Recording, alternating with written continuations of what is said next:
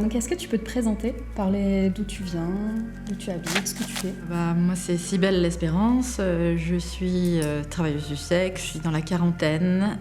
Je suis originaire du Canada et j'ai immigré il y a 10 ans en France. Je suis militante pour les droits des TDS depuis...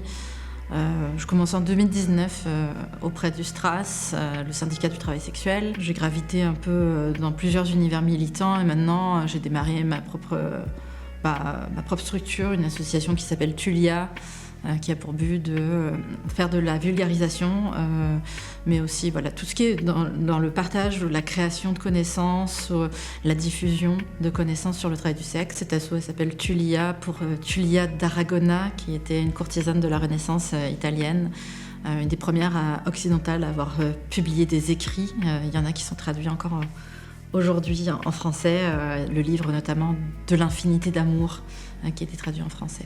C'est plutôt de la philosophie, mais on a une tradition chez les TDS d'honorer les personnages un peu mythico-mythologiques de la prostitution, et donc c'est une façon de faire connaître Tulia, cette figure en même temps. Donc tu as commencé ton militantisme en France, tu n'en as jamais fait au Québec, c'est ça? Au Québec, j'ai été membre de Stella, qui est une asso communautaire et de santé, juste adhérente, et j'avais participé à des cérémonies, comme par exemple le 17 décembre, mon premier événement du 17 décembre, donc Journée internationale de lutte contre les violences faites au TDS, et vraiment un militantisme où je me suis posé des questions plus politiques. Là, ça a été vraiment plus en France avec la requête pour la Cour européenne des droits de l'homme. Je suis arrivée donc après une première phase, la QPC, entre la QPC et la CEDH, et en fait j'organisais des meetings parce que j'adore organiser des meetings, briser l'isolement. Moi j'ai été isolée comme TDS la première année, je connaissais personne d'autre, donc j'ai tout fait par moi-même. Je faisais du sugar babying. Et je suis devenue escorte ensuite, j'ai joint un collectif d'escortes indépendantes au Québec, et donc j'ai brisé l'isolement à ce moment-là. Mais c'est vrai qu'au tout début, toutes mes premières expérimentations se sont faites toutes seules pendant une première année. En France, je suis devenue assistante sexuelle, accompagnante sexuelle. J'ai fait une formation avec l'association APAS. Donc j'étais associée un peu à cette association et à ce travail dans les médias. Mais parallèlement à ça, moi, j'avais l'intention de vraiment me politiser sur le militantisme pute, vraiment sur les droits, la défense des droits des TDS.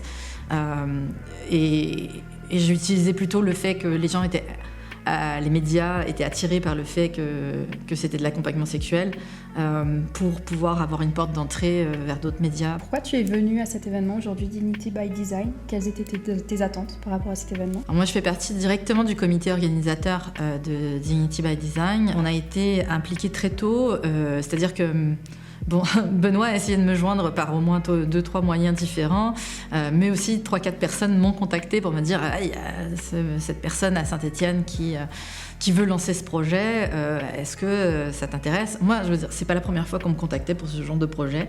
J'en ai vu beaucoup, des tentatives d'organiser des colloques, des séminaires, etc. Et il y en a auxquels j'ai effectivement pu participer, et il y en a d'autres que l'idée a été lancée, mais est-ce qu'elle débouche sur quelque chose? C'est autre chose. Donc moi, je veux bien accompagner, je peux répondre aux questions des personnes, mais monter le projet, m'y impliquer trop, sachant que il y en a beaucoup qui ne débouchent pas, je suis obligée un petit peu de décider comment je vais me restreindre par rapport à mon énergie. Et je suis j'ai envie que ces choses-là se fassent. Donc j'ai participé un tout petit peu à l'élaboration du projet, du dossier du projet ANR. Pour tout le reste, j'ai été à toutes les étapes, toutes les réunions, et je participe notamment à la consultation communautaire. Donc l'enquête, si on veut, j'ai animé des ateliers. Donc pour moi, c'était pas très clair ce qu'allait être chacun des événements, mais en tout cas, j'y étais. Et je me suis dit, de toute façon, il y a plein de gens que je connais, et en fait, j'ai découvert qu'à certaines étapes, il y avait plein de gens que je connaissais, mais je savais plus que je connaissais, donc ça, c'était très drôle. Donc là, ici, le fait d'être connu, reconnu et de connaître, ça me donne des opportunités lors des discussions de mettre en relation des personnes qui devraient se connaître et se parler, et ça me rend très fière. Donc juste pour cette partie-là, ce que j'appelle beaucoup le travail de la machine à café dans les colloques, c'est une des parties pour moi les plus gratifiantes. Et donc mes attentes, elles étaient plus autour de cette machine à café, même si en fait le format du colloque, de l'atelier, qui est vraiment très participatif, fait qu'on est bien au-delà de juste des interactions de machine à café. On est vraiment dans quelque chose de transversal et de pluriel, quoi. J'adore ce côté-là de cet événement. Est-ce que tu avais l'habitude déjà de travailler avec des académiques, enfin avec la recherche académique ?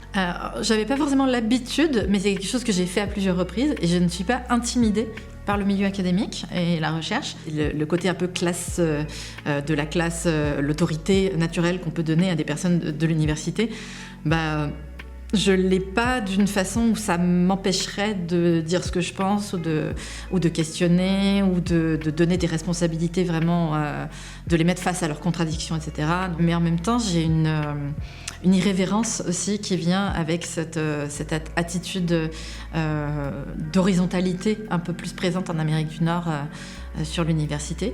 J'ai participé à plusieurs séminaires et colloques par le passé, et notamment à Nancy, à Chambéry, à Nanterre, la première fois en 2018. Et ça me permet de nourrir aussi le travail de mon association, puisqu'on a ce côté un peu index, répertoire des différentes recherches sur certains sujets, et on va pouvoir recommander certains documents. Donc pour moi, c'est vraiment un tout, et habitude ou pas habitude, en tout cas, j'ai pas cette difficulté qui pourrait y avoir entre personnes un peu plus marginalisées et universitaires, quoi. Et quel progrès tu souhaiterais, toi, pour les droits des TDS, en France comme au Québec d'ailleurs ? Progrès pour les droits, c'est la décrime déjà de base.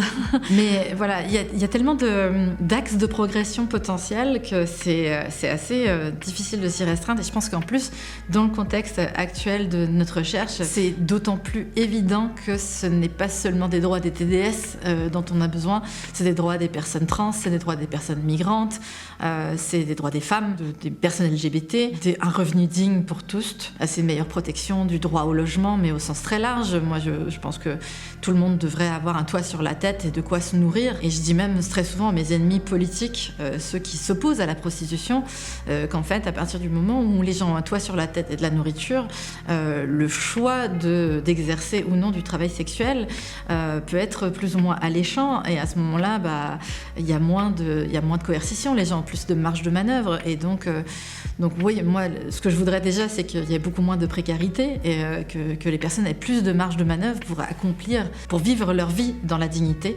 Et c'est là où tout le titre de cet atelier prend son sens, en fait, on nous parle énormément, surtout dans le droit français, de dignité. Voilà, la QPC a beaucoup parlé de cette dignité, et on suppose que de faire du travail sexuel, c'est indigne. Et moi, je pense surtout que c'est les personnes qui ne voient pas d'autre option que le travail sexuel pour avoir des conditions de vie et d'existence dignes, ou essayer d'aller vers cette dignité. C'est ça qui est indigne. C'est indigne que les gens aient des conditions de vie et d'existence et de travail aussi dégueulasses. Donc cette question, qu'est-ce que je veux pour les TDS, pour les droits des TDS, c'est d'abord justement d'avoir un maximum de marge de manœuvre. Pour moi, effectivement, si on parle strictement du droit applicable aux TDS, ça passe par la dépénalisation, ça passe par la reconnaissance du travail sexuel comme travail. Et je ne sais pas à quel point j'aurais envie qu'il y ait du droit spécifique. Je m'en rends bien compte en tant que personne plus privilégiée parmi cette classe qui n'est pas très privilégiée, que même quand j'essaie de rentrer dans le système parce qu'on me dit t'es pas pénalisé, tu es censé avoir accès aux droits communs, en fait il y a tellement de barrières à plein d'étapes que même si je dis ok, il faut que je sois propriétaire de mon lieu de travail pour pouvoir exercer dedans. Oui, mais en étant propriétaire, moi je peux pas le déclarer comme local commercial parce que j'aurai jamais d'assurance, parce que je suis discriminée par la nature de mon emploi et j'aurai pas accès à des cartes, des paiements par carte, donc j'aurai des espèces sur moi, donc je serai ciblée pour être braquée. Et peut-être que ma banque de toute façon va se séparer de moi à partir du moment où ils se rendent compte que je suis TDS, parce que c'est des choses que je vois autour de moi. Donc même ce droit commun qui n'est pas censé être impacté parce que mon activité est licite, en théorie, je ne suis pas capable d'y accéder, même en étant parmi les personnes les plus privilégiées de ce groupe de citoyens moins privilégiés. Maintenant, mes revendications sont beaucoup plus larges parce que je sais à quel point le travail sexuel fait partie des stratégies de survie que déploient les gens face à des milieux très très contraignants. Même d'être dans le droit commun lorsqu'on est un entrepreneur, c'est très très compliqué. Et donc peut-être qu'un peu de droit spécifique pour éviter des recriminalisations, des repénalisations des personnes qui essayent de survivre. Et donc Ça serait peut-être des revendications que j'aurais envie de porter et qui viennent de ces discussions vraiment très concrètes sur le terrain. Et donc, moi, maintenant, j'ai un guide qui m'est un peu arrivé dans ces dernières 2-3 ans, parce qu'avant, j'utilisais juste reconnaissance du travail du sexe comme travail, droit des personnes migrantes, droit des usagers de drogue, des trucs très génériques dans les luttes sociales. Et maintenant, j'ai envie de dire, souvent, je pense qu'une politique sur le travail sexuel ou sur les personnes marginalisées, elle se doit de donner plus de marge de manœuvre à ces personnes, leur reconnaître leur capacité à s'auto-organiser, reconnaître leur agentivité, leur donner plus d'agentivité, qu'une politique qui ne donne pas plus de marge de manœuvre et d'agentivité, c'est une mauvaise politique. Je pense que c'est assez vérifiable en fait. C'est mon hypothèse pour le moment, mais maintenant quand je l'apporte, même avec des gens qui sont profondément contre le travail sexuel, là-dessus on arrive à être d'accord et à se poser la question du coup de l'efficacité des mesures qu'on propose.